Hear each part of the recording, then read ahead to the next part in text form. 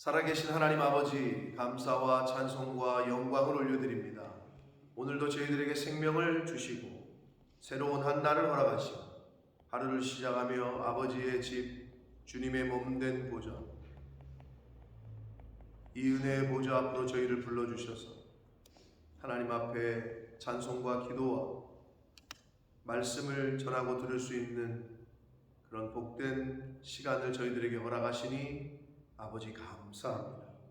이 시간 하나님 앞에 나온 한 심령들, 마음은 원이로되 육신이 약하여 이 자리에 없는 심령들, 성령 하나님 긍휼히 여기시고 하늘 문을 여시고 진리의 영으로 임하셔서 하나님의 말씀을 들을 때 그 말씀이 내 마음판 심령에 새겨지게 하셔서 그 말씀으로 인하여 오늘 한 날을 살아갈 때 그 말씀에 순종하며 그 말씀을 이루어가는 복된 한 날을 살아갈 수 있도록 성령 하나님 임마누엘로 함께하여 주옵소서.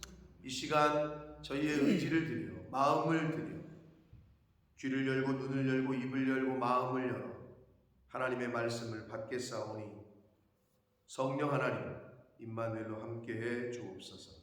예수 그리스도 이름으로 축복하며 기도 올려옵나이다. 아멘. 아멘.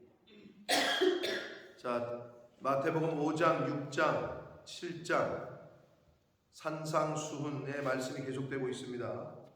산상수훈의 말씀을 통해서 예수님께서는 하나님의 백성, 천국 시민이 가져야 될 자세, 생활 태도에 대해서 구체적인 예를 들어서 계속해서 말씀을 해주십니다. 어제는 헛된 말로 맹세하지 말라라는 것, 그리고 원수 갚지 말라라는 것, 복수에 대한 새로운 기준, 이웃 사랑에 대한 새로운 기준을 제시해 주셨습니다. 사랑하는 자만 사랑하면 그게 무슨 사랑이냐? 형제들만 긍휼히 여기고 사랑하면 그게 무슨 사랑이냐? 죄인들도 그렇게 한다. 이방인들도 그렇게 한다. 라고 말씀을 하셨습니다. 자, 오늘 6장에서는 우리가 읽은 18절까지에서는 은밀한 중에 보시는 하나님, 세 번이 계속 반복이 돼요. 은밀한 중에 보시는 하나님께서 은밀한 중에 갚으신다. 이게 계속 반복이 됩니다. 그런데 뭐를 은밀한 중에 보시느냐?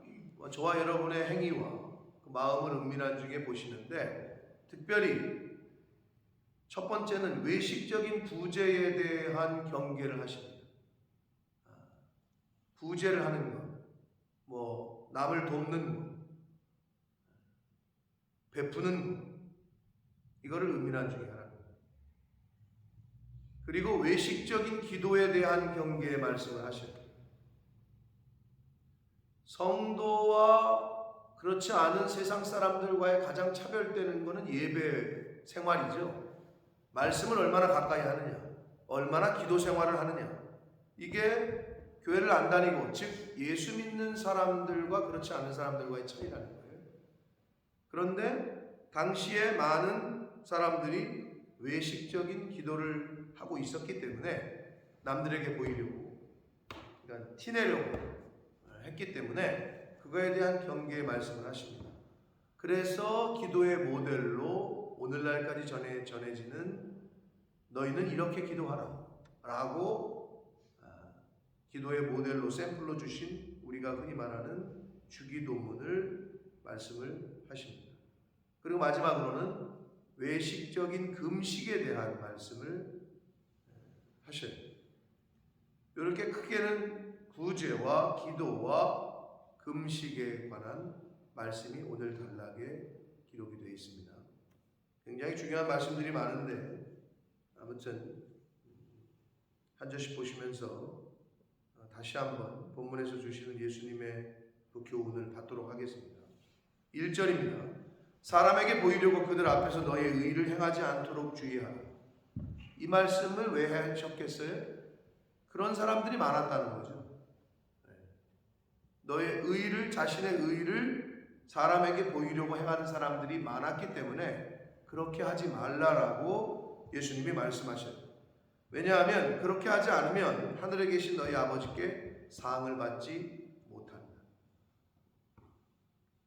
그러니까 당시에 구약의 율법을 빌미로 각종 종교적인 위선적인 행동을 하는 사람들이 있었다는 거죠.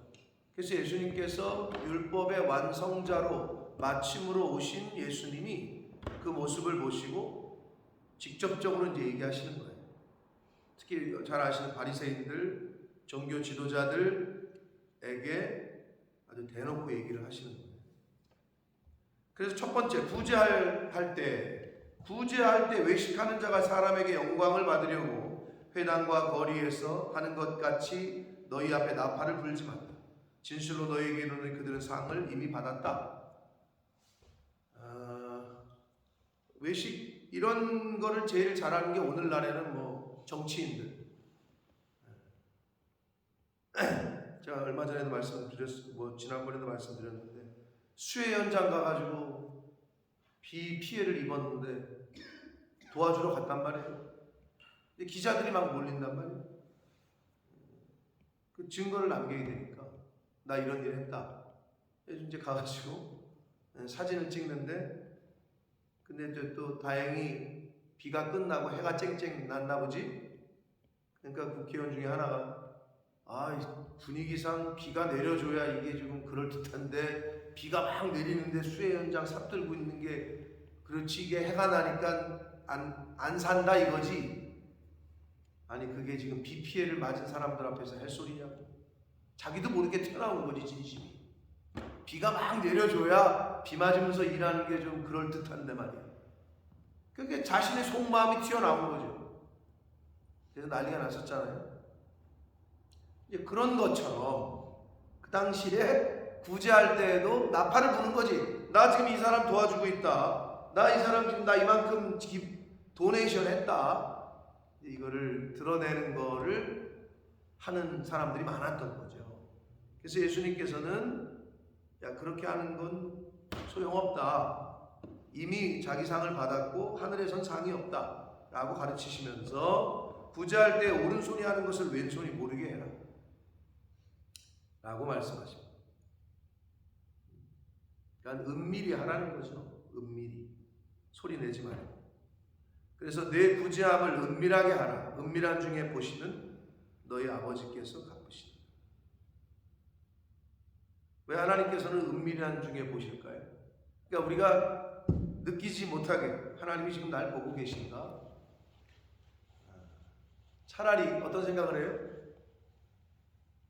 CCTV처럼 슬픈 얘기지만 오늘날 담임 목사가 있는 그 사무실에 CCTV를 설치하는 교회가 많아지고 있답니다. 좋은 거예요? 나쁜 거예요?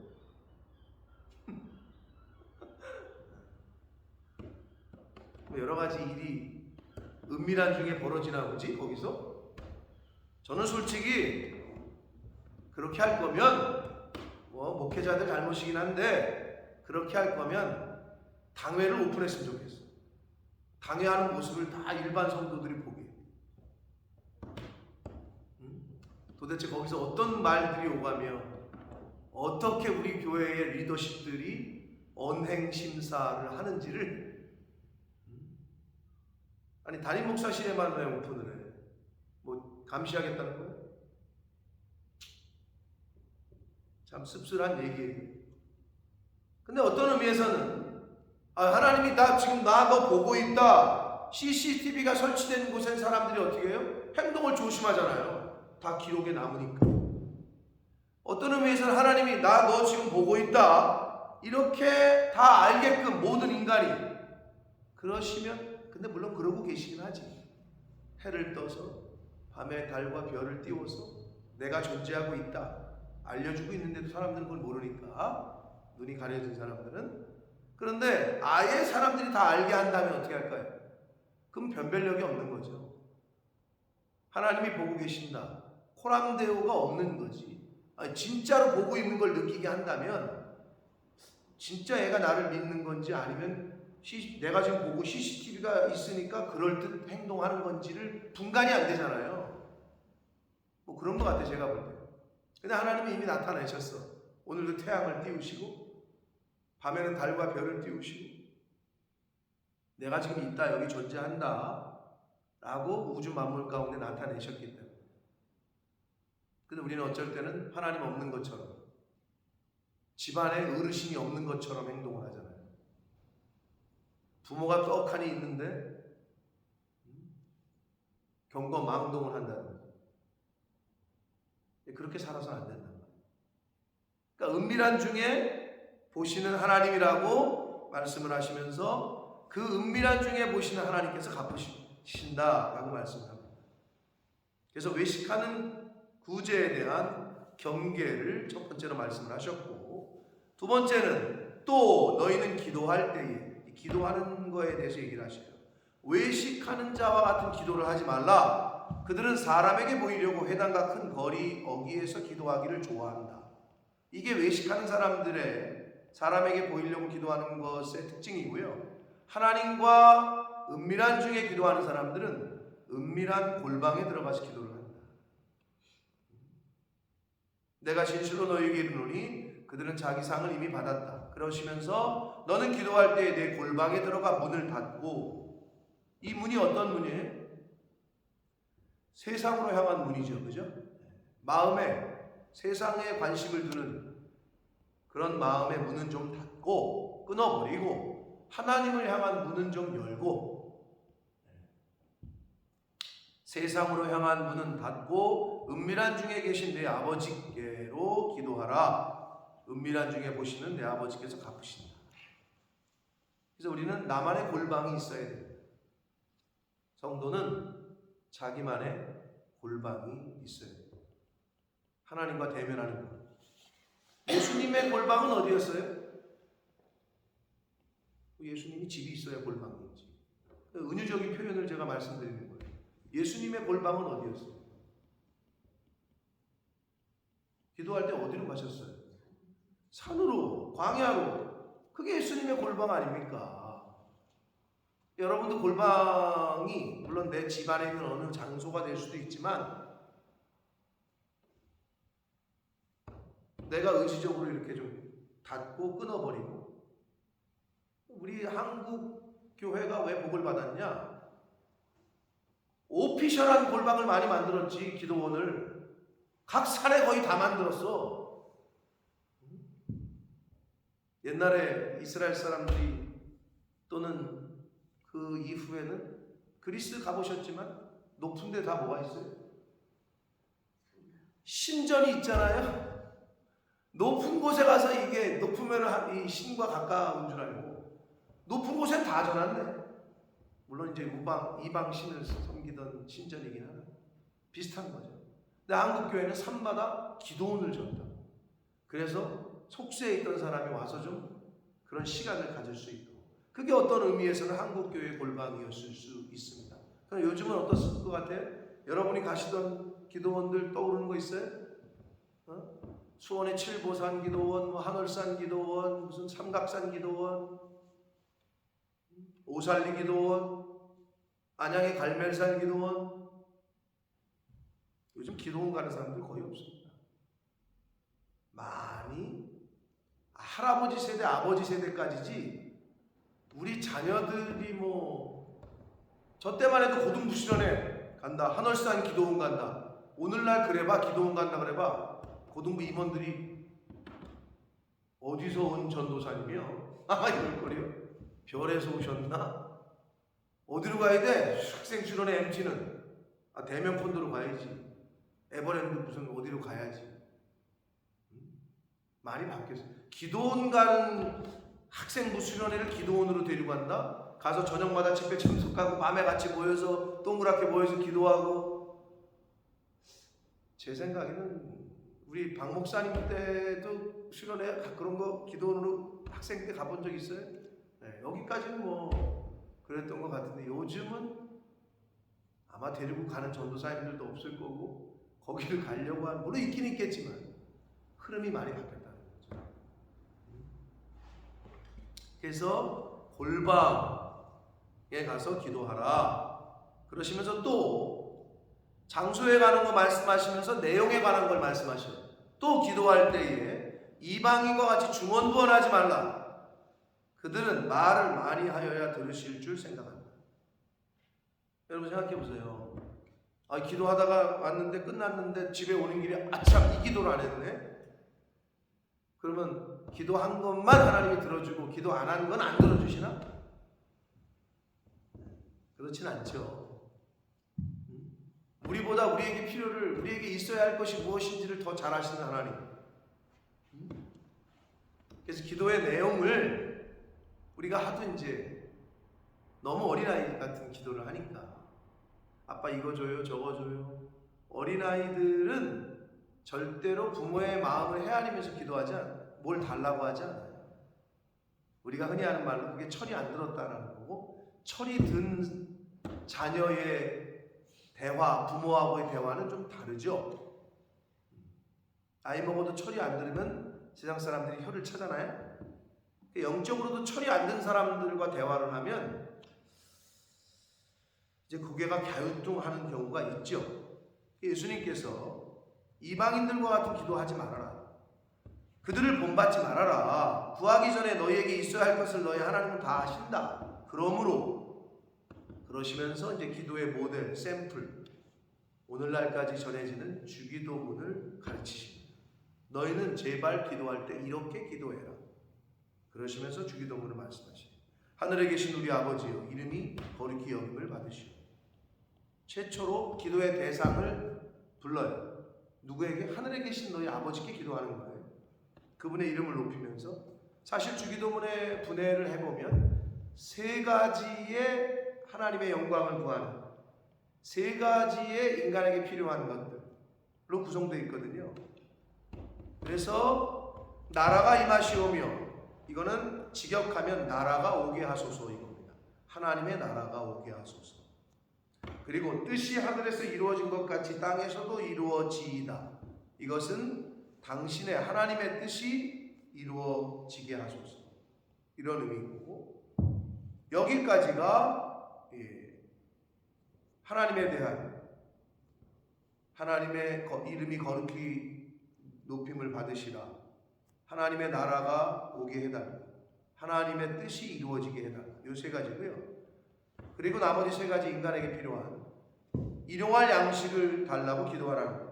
근데 여기서 여러분, 일용할 양식을 구하는 거는 왜 그러냐 하면, 일용할 양식을 구한다는 의미는 하나님을 주권자로, 인생의 주인으로, 생사화복의 주인으로 인정하는 걸 말해요. 근데 여러분, 내 통장에 돈이 많아, 몇십억, 몇백억이 있는 자산가가 일용할 양식을 걱정합니까? 그렇지 않잖아요. 그러니까 하나님을 인생의 주권자, 주인으로 인정하기가 어려운 거죠. 근데 돈이 많아도 일용할 양식을 못 먹는 사람들이 있죠. 한 끼를 잘 제대로 못 넘기는 사람. 아무리 돈이 많아도 건강을 돈으로 살 수는 없어요. 아니 여기 호수 꽂고 있는데 뭘 어떻게 할 거야? 몇백억이 있으면 무슨 상관이야? 즉 인생의 주권과 주인이 하나님이심을 늘 인정하는 고백을 하라는 거예요. 그게 바로 일용할 양식을 구하라는 거죠.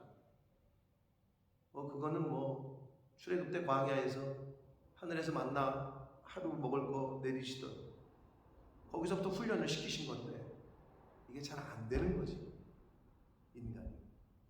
그러니까 매일매일의 삶 자체가 하나님이 주신 은혜고 기적이고 하나님의 그 주권이라는 것을 고백하라는 의미가 바로 일용할 양식을 달라고 기도하라는 거고, 또 하나, 우리에게 죄 지은 자를 사하여 준 것 같이 우리 죄를 사해야 한다. 하나님에게 죄 사함의 은혜를 입기 위해서는 우리도 나에게 잘못한 사람의 그 죄를 용서할 수 있어야 돼요. 그래서 주기도문이 끝나자마자 바로 용서에 대한 이야기가 연이어 나오는 거예요. 그리고 마지막, 시험에 들지 않게 악에서 구해달라. 그리고 나라와 권세와 영광이 아버지께 영원히 있다. 그러니까 여기서 대개가 붙냐 안 붙냐, 어떤 사본에는 있냐 없냐 뭐 있는데 뭐 붙이셔도 되고 어떤 사본에는 있고 없기 때문에 여기서는 빼고 그랬는데 붙이셔도 되고 빼도 되지만 그 대개라는 말, 제가 옛날에 여기 기록에 보니까 2021년 2월 28일 날 주일 예배 때 요 주기도문을 갖고 제가 설교를 드렸는데 이게 almost라는 의미는 아니라 그랬어요. 그게 아니고 이 앞의 내용을 권위 있게 밝히는 단어가 들어갔거든요. 근데 그걸 한국말로는 어떻게 쓸 수 있는 게 없으니까 대개라는 표현을 썼는데 그게 모든 나라, 모든 almost의 의미는 아닙니다. 그걸 알고 대개를 붙이시는 분들도 있고 빼는 분들도 있어요. 주기도문을 외울 때. 근데 그거를 뺐냐 안 뺐냐, 우리 교단에서는 빼냐 안 빼냐 이런 건 너무 거기에 신경 쓰지 않으셔도 됩니다. 자, 이렇게 너희는 이렇게 기도하라는 주기도문, 예수님이 가르쳐 주신 기도의 샘플을 말씀하시면서 바로 연이어 14절, 너희가 사람의 잘못을 용서하면 너희 하늘 아버지께서도 너희 잘못을 용서하시려니와. 12절과 동일한 말씀인데 거의 반복이 되는 거죠. 15절, 너희가 사람의 잘못을 용서하지 않으면 너희 아버지께서 너희 잘못을 용서하지 않을 거다. 자, 그래서 용서는 선택이 아니라 하나님의 명령입니다. have to야 이거는. 내가 뭐 옵션으로 선택하는 게 아니야. 무조건 용서해야 돼. 왜? 그래야 하나님의 죄사함의 은혜, 용서를 받을 수 있기 때문에. 그러니까 이걸 왜 하냐? 당연히 해야지. 안 하면 큰일 나는데 하나님도 나를 용서 안 하신다고 여기 말씀하시는데, 용서는 선택이 아닌 명령입니다. 그리고 용서에도 소극적인 용서와 적극적인 용서가 있어요. 말 그대로 소극적 용서는 같은 것, 알았어 내가 이제는 뭐 언급 안 할게, 그만 얘기해, 저쪽에서 사과를 했을 때 같은 것을 다시 뭐 언급 안 하겠다. 지금 당신이 사과하니까 내가 이제는 그거는 그냥 딱 끝맺겠다. 요거가 이제 소극적인 용서고요. 하나님이 원하시는 용서는 적극적인 용서인데, 잘못을 했어 그 사람이 나한테. 그럼 내가 알았다고 이제 더 이상 언급 안 하겠다고 까지가 아니라 그 나에게 잘못한 그 사람, 나에게 죄 지은 그 사람과의 관계를 좋은 관계로 회복하는 것까지를 말하는 거예요. 그게 적극적인 용서예요. 소극적인 용서는 이럴 수 있죠. 알겠어요. 이제 내가 언급 안 할게요. 그리고 딱 끊고 그 사람 안 보는 거지. 상관 안 하는 거지. 나한테 그렇게 했어? 네가 나한테 그렇게 해. 근데 하나님이 용서하라니까 알았어요. 사과 받아들일게요. 여기까지는 할 수 있어요. 세상 사람들은. 그런데 나에게 그 잘못한 그 사람과 적극적으로 관계를 회복하고 좋은 관계를 이루어 나가는 데까지, 그것까지가 바로 하나님이 원하시는 적극적인 용서에 해당한다고 할 수 있습니다. 그리고 어제 말씀에 써 있는 것처럼 축복하는 것까지, 나에게 잘못을 한 그 사람을 축복하고 기도해 주는 것까지, 그것까지가 크리스찬들이 해야 할 적극적인 용서입니다.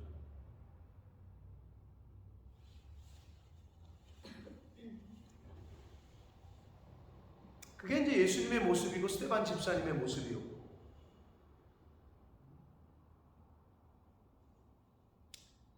자, 그래서 우리가 적극적인 용서를 우리 생활 속에서 사람과의 관계 가운데 맺어가시는 저와 여러분이 되어야 될 줄 믿습니다.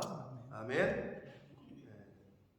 그래야 그런 사람은 절대 그 누구하고도 원수를 맺지 않죠. 근데 죄송합니다. 저도 그렇게 하기가 어렵습니다. 근데 해야 돼. 명령이니까. 욱하는 게 왜 안 올라오겠어요? 근데 그 욱하는 걸 죽이라고 성경을 말씀하는 거고, 이 세상에서 기회를 주시는 거예요.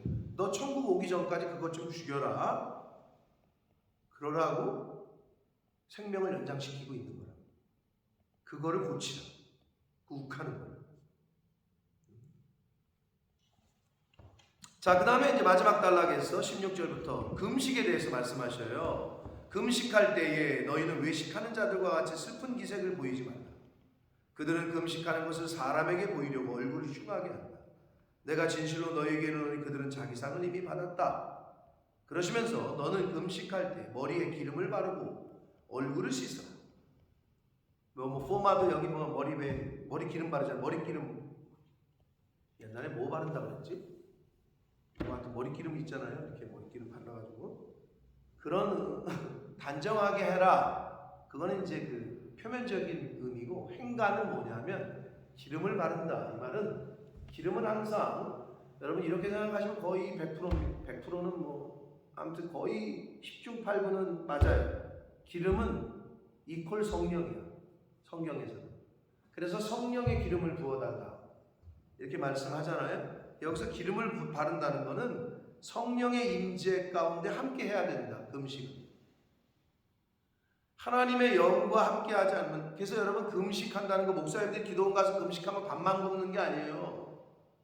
저를 가르치신 목사님께서 금식하러 가라 그러더니 뭘 하라 그러냐, 모든 집회를 참석해라. 기도원 가면은요, 여러분 가보셨겠지만 집회가 좀 많아요. 새벽 예배, 오전 집회, 밥 먹고 밥 안 주는 금식 기도는 안 주지만 오후 집회, 저녁 집회 기본적으로 4번 있어요. 그걸 다 참석하래. 금식하면서. 나중에는 이제 하루 이틀 때 막 그냥 뭐 참석하는데, 나중에는 그 기도원, 금식 기도원 가면 벽에 기대서, 힘이 없으니까 벽에 딱 기대가지고 내가 그것만 하라는 줄 알았더니 그게 아니라 성경을 읽으래. 읽는 것도 좋아. 거기까지도 좋았는데 뭘 하라 그러냐? 훈련을 시켜준 거지 저한테. 찬송가 1장부터 마지막 장까지 아는 찬송가를 다 부르래. 1절부터 마지막 절까지. 근데 처음에 했는데 나중에 한 3일 지나가니까 소리를 못 내겠는 거야. 그냥 하라니까 그때 또 했지. 안 보지만 내가 기억이 나. 수원에 있는 칠보산 기도원을 갔거든. 그 조그만 방도 조그매. 거기서 제가 엎드려가지고 찬송가를 부르던 그게 상상이 나. 지금 떠올라요. 그러고 일주일 하니까 뭐 나중에 목소리도 못 내겠지. 근데 그게 왜 그러냐? 성령의 임재와 함께 해야 된다는 거지. 하나님의 영과 함께하는 금식을 해야 은혜도 있고 또 그걸 해낼 수 있다. 뭐 이런 걸 가르치기 위해서 하셨어요. 그래서 머리에 기름을 바른다는 것은 성령의 임재와 함께 해야 된다는 거고, 표면적 의미는 단정히 하라는 거고, 그래서 얼굴을 씻으라. 이는 금식하는 자로 사람에게 보이지 않고 오직 은밀한 중에 계신 내 아버지께 보이게 하려 함이라. 은밀한 중에 보시는 내 아버지께서 갚으시리라. 은밀한 중에 보시는 아버지가 갚힌다는 말씀을 3번이나 반복, 4절, 6절, 18절의 반복을 계속하셨어요.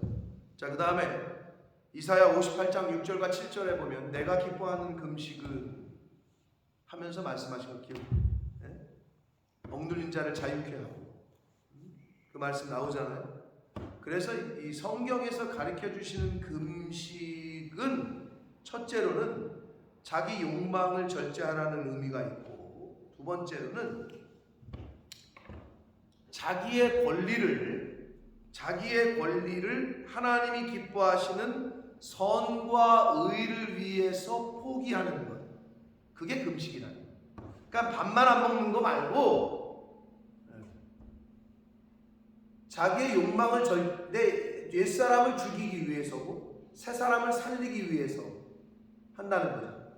근데 육신은 영양분이 밥이지만 영은, 새 사람은 영양분이 말씀이기 때문에, 성령이기 때문에 그걸 먹어야 되기 때문에 밥을 안 먹는 것만으로는 안 되고 성령의 임재, 하나님의 말씀, 기도, 찬양, 이게 내 새 사람이 사는 길이기 때문에.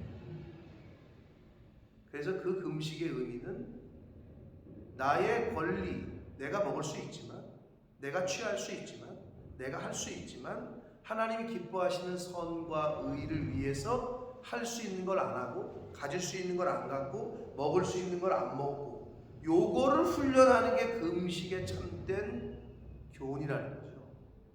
금식하면 당연히 그냥 밥만 한 끼 안 먹고 금식했다, 그게 아니고, 내가 내 권리를 하나님의 선, 기뻐하시는 선과 하나님의 말씀하시는 의를 위해서 기꺼이 포기하는 것, 단절하는 금식, 끊는 것, 그게 영적인 금식의 교훈이 되겠습니다.